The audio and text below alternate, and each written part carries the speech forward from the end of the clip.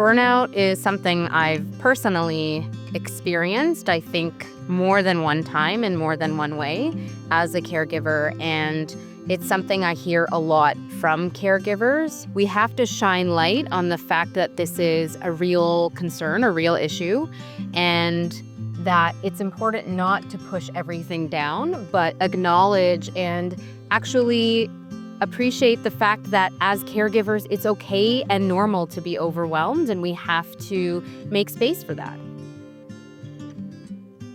Just like an engine light on the car that is warning you that there is something wrong and you need to go and get maintenance, there are signals within our bodies that we can pay attention to, but many caregivers don't know exist. And those can include things like aches and pains, which have come on suddenly, very rapid heartbeat, feeling tightness in our chest, headaches.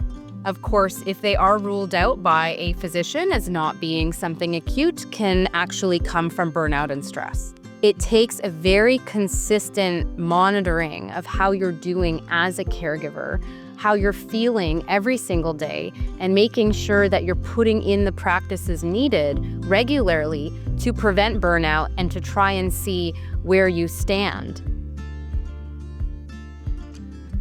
3 practical tips caregivers can use to prioritize their mental wellness can include stretching and taking a breath, taking a 15-minute break, either walking around the block or focusing on your thoughts, or writing your thoughts down on a piece of paper.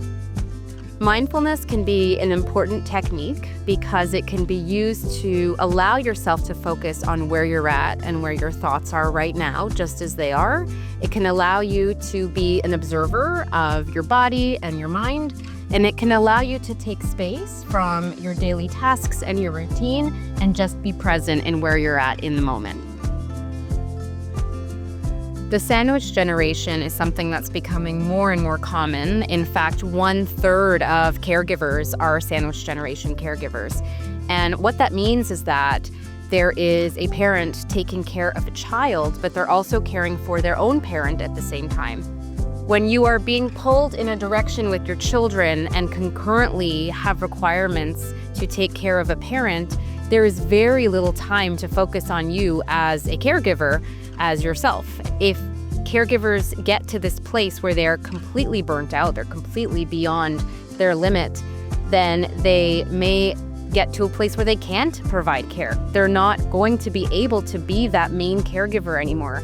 If you're feeling burnt out as a caregiver, it's okay to ask for help. It's okay to seek support, whether that's through resources, services, or even through your circle of care, friends, family, professionals, peers.